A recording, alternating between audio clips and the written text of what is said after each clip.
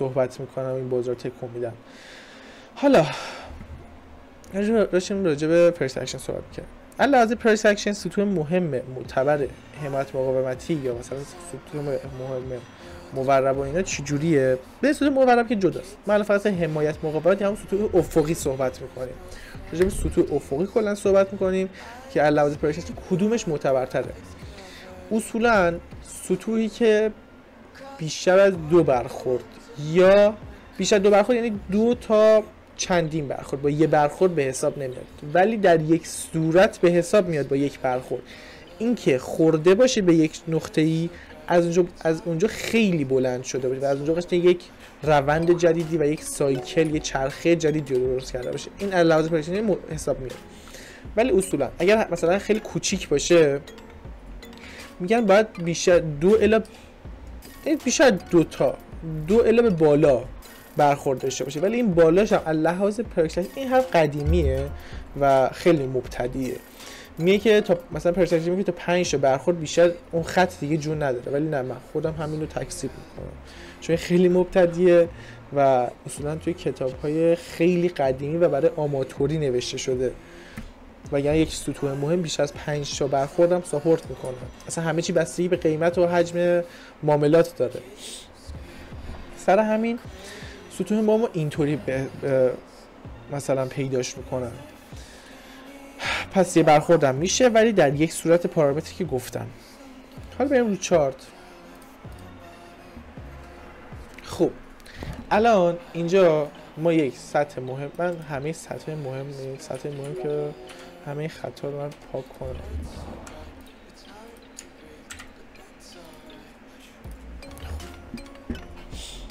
اینجا ما یه خط مهم داریم که میبینیم یه برخورد 2 برخورد، حتی اینی که نزدیکش هم به حساب میاد، با اینکه این هم که نزدیکه به حساب میاد.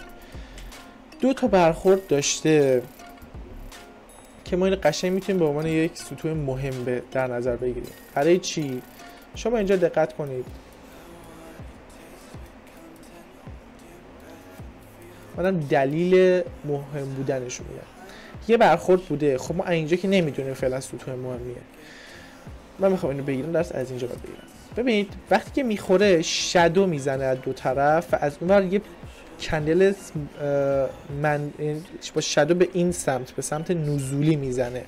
فقط منظورم یه شادویی که الان اینجا خورده به سمت پایینه، به سمت بالا نیست و این خیلی برام الان مهمه و میتونیم قشنگ همین رو داشته باشیمش. میریم جلوتر، یه لیگ حالا اتفاق میفته و دوباره برمیگرده بالا و این سطح رو دوباره تستش میکنه. به این اتفاق میگن پول بک زدن. در واقع به این سطح الان دوباره پول بک زده و این دقیقاً برای ما یک پارامتر به شدت مهمیه و یک سیگنال واقعا مهمیه. من میخوام این رو به نکته که گفتم الان قشنگ جمعش کنم و یه ترکیب درست بتونم. اینجا یه کندل 2 طرف شادو میزنه که ما به این اتفاق میگیم دوجی، یعنی اگر همچین اتفاقی بیفته ما بهش میگیم دوجی بار، یعنی 2 طرف شادو، 2 طرف کندل شادوه و هر کدوم از اینها شادوی 2 طرف خیلی بلندی دارن، کندل خیلی ریزه بینشون. سر همین الان ما ببینیم دوجی بار و یک کندل بعدش دوباره به همین سمت نزولی یک شادو بلند میزنه و این دقیقاً برای ما یک پارامتر به شدت مهمیه. قشنگ اینجا به ما یک سیگنال فروش خیلی مناسب میده. اینجا نه، وایسید تو این محدوده منظورم، وگرنه این الان برای ما سیگنال بار کیبار به حساب نمیاد. چرا؟ چون این نقطه کلوز این زیر شادو نرفته هنوز. سیگنال بار کیبار به ما کجا میده؟ توی این نقطه میده. بچه اشکال نداره تو چند کندل بگذره مشکل نداره، یعنی حتما قراره همونجا به شما سیگنال بار کیبار داده. هرچند که در بحث‌های حرفه‌ای ترش این همین اتفاق، همین 2 تا کندل اینطوری سیگنال رو کیبار به حساب میاد. ولی حالا ما داریم راجع به همون حرفایی میگیم که صحبت کردیم. خب اینجا تو این باکس سفید اینجا با سیگنال رو کیبار رو میده. قشنگ ما میتونیم از همینجا معامله رو باز کنیم. استاپ لاس رو میذاریم پشت چی؟ پشت سیگنال بار، ولی سیگنال بار اصلی از جایی که به ما آلارم داده، جایی که آلارم داده تقریبا پشت این شادو است، میذاریم پشت اون. تیپی 3 رو به ما داده، یعنی تا آر به آر 1/3 به ما داده و این خیلی خوبه، یعنی 3 برابر ریسکمون داره به ما پول میده و این اوکیه و این قشنگ پوان خوبیه. حالا تا همین آر به آر 3 شاید به چشم نیاد ولی خیلیه. چرا؟ چون الان این 512 پیپه، 510 پیپ و این با یه $10 میشه $510. میره پایین روند میره تا جایی که فاصله اتفاق میفته. این فاصله دقیقا همون حرفی بود که چند دقیقه پیش زدم. حالا نکتهش کجاست؟ گفتم یکی از سطوح مهم اعداد رونده. حالا شما اینجا دقت کنید. خب این چپ تصویر رو شما دقت کنید.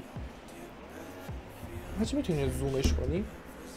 چپ تصویر رو چپ تصویر دارم یه مقدار نشون بده. میتونی اینجا رو برداری زومش کنی؟ چیو؟ این قسمت، این قیمتش فقط بیاری بالاتر تو تصویر اونجا. آره میتونی؟ خب داشتم این سوالی میپرسیدم راجع به تصویر که اوکی باشه. دقیقاً یکی از سطوح مهم برای ما عدد روندن و اینم دقیقاً خورده به یه عدد به شدت روند. 43000 دیگه واقعا رونده دیگه، منطقی هم نگاه کنیم رونده ها. خورده به این عدد روند. فاصله هم که داشته، من بدون هیچ کانال سطوح مهم درست قبلش رو تحلیل نکردم برای این قسمت، بدون هیچ کدوم از اینها دارم در نظر میگیرم و بدون این هیچ چیزی. تازه با اینکه روند رفته جلوتر رفته پایین، من فقط راجع به این میخوام صحبت کنم که اینها به کار میان. این قسمت الان خورده به یک سطوح مهم و از همین قسمت یه سیگنال و کیبار درست به ما داده. ما میام استاپلاس میذارم این پشت.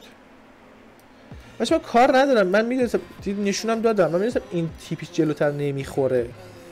خب این که تاچ نمیشه تیپی 2، چون ما هم دنبال تیپی 1 نیستیم. هرچند که تیپی 1 هم تاچ میشه.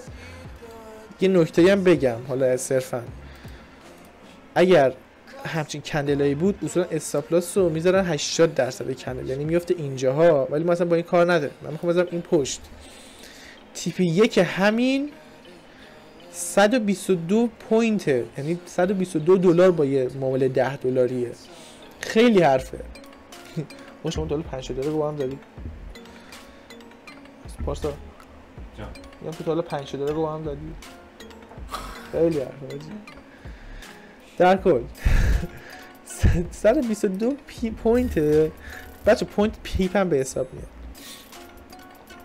که این واقعا زیاده، یعنی برای یک معامله برای روزهای اول شما زیاده، ولی خب به جلوتر عادی میشه، یعنی دنبال چیز بزرگتره. این طبیعیه توی این مارکت چون پتانسیلشو داره. هرچند که تیپی 2 این تاچ شده. بیاید تازه ببین این که من میذارم روند برمیگرده، این تیپی 2 هم تاچ شده.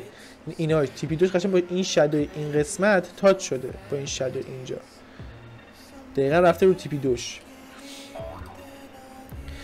بزنم تا تیپی 2 چقدر میشه؟ 260 پوینت یا پیپ. با همین یه فاصله مووینگ و تشخیص عدد روند و سیگنال بار و کیبار معامله کردم.